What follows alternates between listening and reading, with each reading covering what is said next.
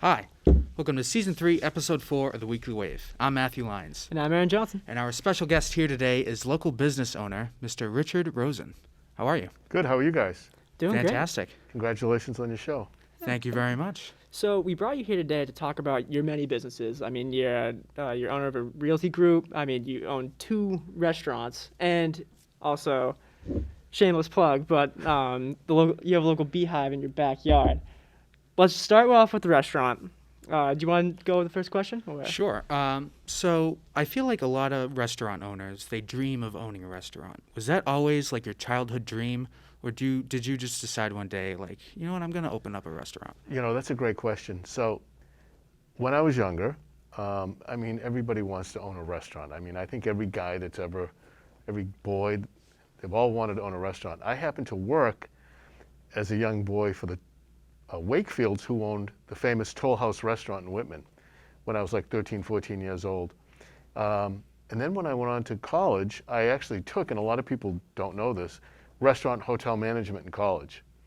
And I was heading down the path to go into the hotel business, to work at some hotels. Things happened, it didn't work out. And I ended up back in Whitman working with my dad and got in the real estate business. But as time went on, living in Whitman, you know, I always had that thought of opening a restaurant in the back of my head. And I had researched it because everybody said, you know, the one thing that Whitman needs was a good restaurant, and they need an Irish pub. And an Irish pub can be many different things. It's more about decor than anything. So what initially started out as a real estate deal turned into be McGuigans Pub in Whitman Center. You know, I had researched opening a restaurant for years. And, you know, I had toyed with it. I almost bought a restaurant in Whitman. And then I went into this building one day, which now houses McGuigans Pub, and I walked in and I said, this is it. It's a perfect building.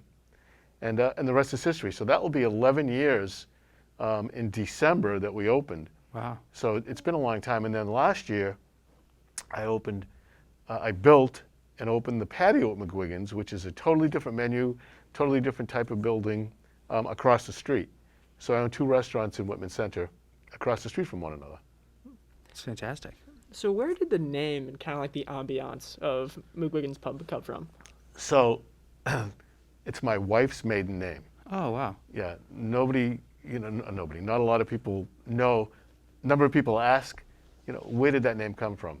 It's a great Irish name, but that's where it came from. It's her maiden name. Awesome. Yep. Interesting. I never would have guessed that. Yeah. I know, it always kind of floors people like, oh. I mean, it wasn't, you know, that unique. It was her name. Yeah. So, but it fit very, very well. So is she from like Irish heritage or like? Well, I mean, her grandparents, I think, were probably from Ireland, and, you know, she's just in an Irish family. And now her maiden name is famous? Now her maiden name is everywhere. It's everywhere. So obviously due to COVID, a lot of restaurants have shut down. And obviously it's had a terrible impact on the economy. But what have you learned from that shutdown, if anything, that will help you in the future? Or even like in your real estate business, like what have you learned that you could apply? So in any business that you were in, whether it's a restaurant business, a real estate business, or the widget business, you need to be flexible at all times. You need to be not opposed to change, and you need to be able to change quickly. You need to be able to change what you do on a dime. We had to do it as a restaurant. It's this COVID, I mean, it's terrible. It's terrible what's going on. And we, at both restaurants, I'm scared to death of getting it, and I'm scared to death to give it to someone. And I want to make sure that our restaurants are socially distanced. Everybody wears masks. We sterilize all the chairs when people get up. But you have to be able to change on a dime. You have to adapt. Because we literally, on March 17th this year, we were just shut down. It was our busiest day of the year, St. Patrick's Day. Oh, yeah. Is our busiest day of the year, and March is our busiest month of the year. And I was standing in the restaurant on March 16th, standing next to a guy, and I'm watching the TVs, and I said, we're not going to be able to open tomorrow. And we weren't. So on March 17th, one day, we stopped dine-in operations in both restaurants, literally closed my new restaurant, the patio, just shut it down. I mean, it was terrible because all these employees, we have 40, 50 employees, were all without a job. And the pub, we stayed open the entire, well, we have never closed, but we were closed for in-house dining, but we immediately went to takeout. So again, we just had to change real quick on a dime. Your revenues are down, things are down. We changed our hours of operation with the takeout, and we were closed for a number of months for dine-in. The patio, which was just shut down, was closed for a few months, and you know, when it got close to reopening, we had to redo the inside of the building and take out tables and chairs and put up sneeze shields, and we actually changed the menu, we changed our hours, and we reopened. And then we got that restaurant up and running, and then reopened the pub. Again, sneeze shields, we didn't change the menu, social distance the tables and stuff like that. So it's really, really important that as a business person, you have the ability to be able to think quick and change quick. I mean, literally overnight, we shut down.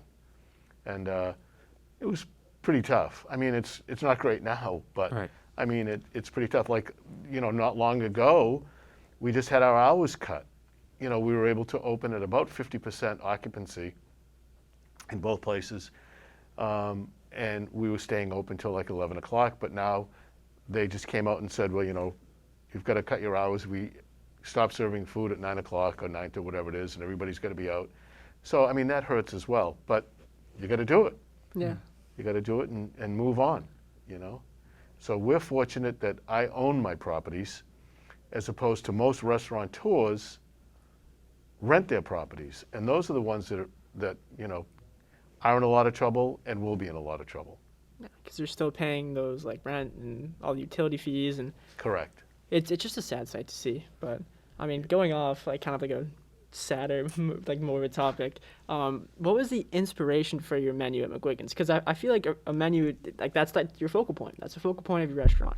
So how did you decide what to put on there? So McGuigans, the pub, is a comfort food type of menu. And it has, being an Irish pub, you have to have certain things in there. You have to have a shepherd's pie. Yep. You have to have a bangers and mashed, fish and chips.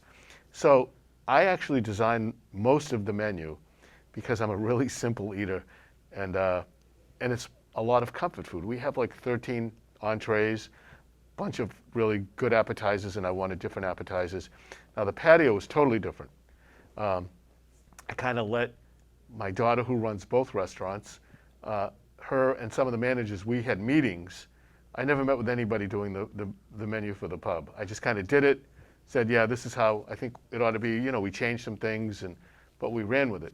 But the patio is totally different. The patio is more of an upscale, what's the word I'm thinking of? It's just it's a totally different menu. It's all American food. It isn't like, you know, there's no Italian theme to it or anything like that, but it's just totally different foods and appetizers.